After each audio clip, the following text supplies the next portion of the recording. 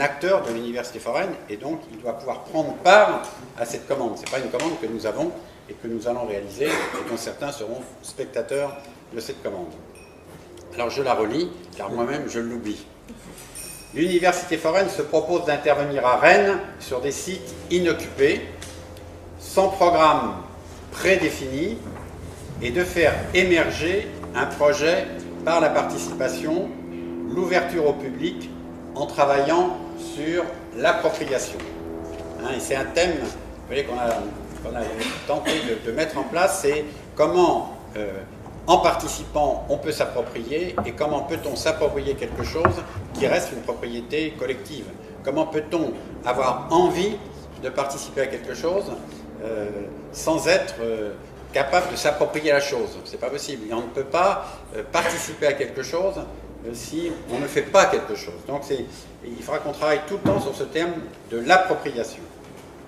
Rassemblant donc des savoirs académiques, abstraits, et des savoirs concrets, des savoir-faire, des professionnels reconnus et des usagers potentiels.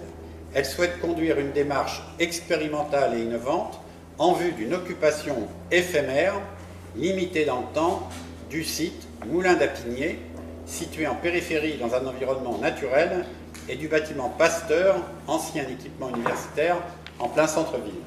Alors, il y a le mot éphémère qui a été longuement débattu, puisque c'était expérimental, la collectivité ne voulait pas prendre de risque que le résultat de cette commande, étant expérimental, ne conviendrait pas peut-être à un usage réglementaire tel que la collectivité a l'obligation d'avoir vis-à-vis des équipements qu'elle dirige, ou qu'elle gère, ou qu'elle délègue. Et donc il y a eu le mot éphémère, on en a un peu discuté hier. Est-ce que quelque chose qui est donc éphémère peut-il échapper à la réglementation ou peut-il au moins reposer le problème de la réglementation? Cet équipement ici, comme vous le savez pour certains, devait être détruit, c'est-à-dire que toute la ferme, ce carré, rien ne devait rester. C'est par l'occupation éphémère de la volière d'Ormesco que le regard sur le site a changé et que la restauration de la ferme, qui est une ferme donc pérenne, on pourrait dire, s'est faite, et que ce bâtiment éphémère dans lequel on est peut être implanté ici, alors qu'il n'a pas l'autorisation au niveau d'un permis de construire, puisqu'il reste plus que 3 mois, il devrait faire l'objet d'un dépôt de permis. Et on voit bien que là, c'est par l'expérimentation et le faire que l'acceptation, que ce soit de l'élu qui a pris cette responsabilité, du technicien qui a accepté ce principe, ou du riverain qui maintenant pose la question à Igor, j'espère qu'il n'y aura jamais rien de construit devant chez moi et que ces constructions éphémères subsisteront pour que je garde la vue éventuellement sur la nature. Et ça a même changé le regard vis-à-vis des habitants et des riverains. Alors du coup, on va travailler donc sur l'appropriation et sur l'éphémère, et en même temps on va s'approprier 2 lieux qui sont pérennes, puisqu'on va s'approprier donc Pasteur et Apigné, et on doit le faire comme préparant une commande qui peut-être se rationalisera ou pas, et on doit entraîner donc le politique et les techniciens dans cette démarche. C'est pas simple, mais en même temps ça peut être très joyeux, ça peut être porteur de beaucoup de remises en cause, d'initiatives, et ça doit faire partie, à mon avis, d'une fédération. C'est-à-dire que c'est les conversations qu'on a tout le temps à Rennes. D'abord, pourquoi on a choisi Rennes? Parce qu'on pense que c'est la ville dans laquelle il y a le plus de possible pour expérimenter ce genre de choses. Et c'est parce que justement les choses marchent bien à Rennes. On ne va pas sur un territoire qui ne marche pas. Et on va peut-être faire ici ce que d'autres villes plus en difficulté pourraient faire, mais n'ont pas les moyens de faire. Et donc c'est s'appuyer sur les structures existantes, institutionnelles, sur la force de ses habitants et l'intelligence de son environnement.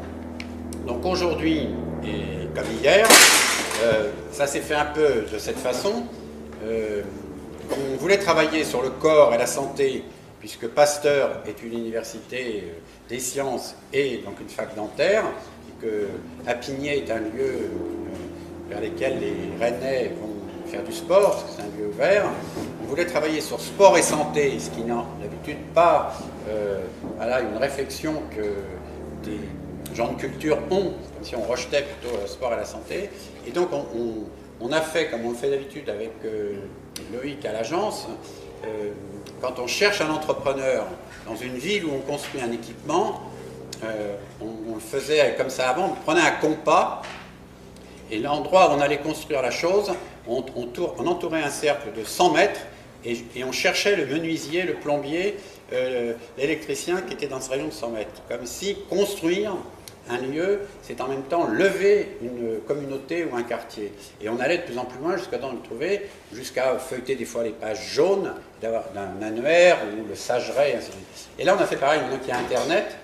Loïc a pris donc à Rennes, mettons, pourrait aborder le problème de santé et sport, et par ses réseaux sociaux, comme on dit, je sais pas, on est rentré en communication avec quelqu'un qu'on ne connaissait pas, qu'on n'avait pas vu, donc Stéphane Eas, et c'était assez drôle, ça se sent très vite, vous voyez, dans la réponse, que la personne a compris, que la personne est intéressée par la question que vous lui posez.